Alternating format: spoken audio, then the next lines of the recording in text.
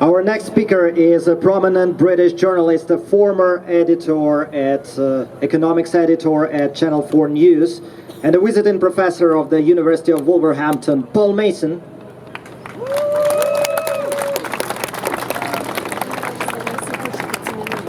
Thank you, Alexei. Здравствуйте.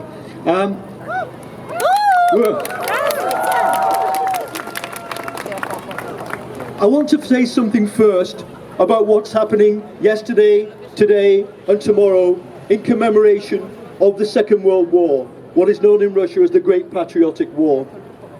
My father's generation and my mother's generation lived through that war. And on behalf of their generation and the working people of Britain, I want to say that we remember the sacrifices of all nations and all peoples within the Soviet Union. Even though the Soviet Union is gone, it was our ally in war. And why is this important? Because we cannot let Putin and the oligarchs and the Siloviki own the memory of the Second World War, the memory of the Soviet sacrifice, and the Russian and the Ukrainian people and the Kazakh people and the Georgian people and the Baltic peoples is ours to own, not theirs. Second, the war raging right now, I send my solidarity to the people, my friends and comrades in Ukraine who are fighting against the invasion and keeping alive civil society through volunteering. It's so important that we send our solidarity to them, but we should also send messages to those the rank and file of the Russian army who have been forced, sometimes tricked, into this war.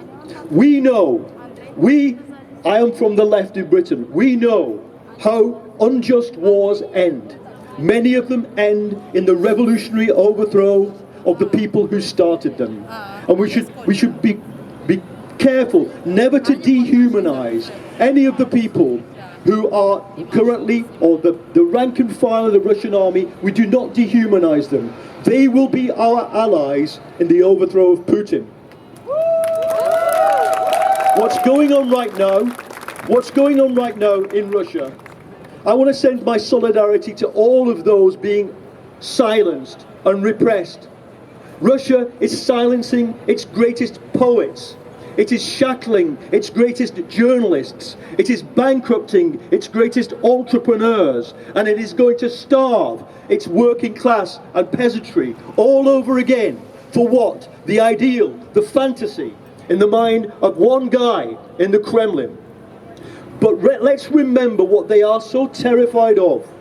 Putin went to Beijing on the 4th of February and signed a joint declaration with Xi Jinping that said many things. It says, we now own the definition of democracy. We now own the definition of human rights. There is no universalism, no 1948 declaration, no rules-based order. And they said, there will be no more color revolutions ever. They will try to stigmatize democratic political movements and uprisings as the work of foreign powers, of the work of Boris Johnson in 10 Downing Street or Joe Biden in the White House. This, of course, is not true, because I have been to Russia, I have been to Kazan and Moscow and met the young people who, with the slightest opportunity, with the slightest chink of freedom, the slightest gap, will again take to the streets. Because Russia is not an atomized society. It is not a totalitarian society. This myth peddled by liberals, intellectuals in the West is not true. Russia is full of people like us who want just as much freedom.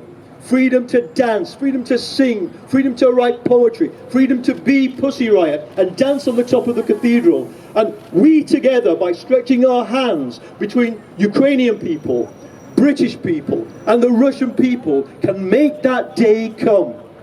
Thank you, and give, please, there are leaflets going out for a collection, so please give to that.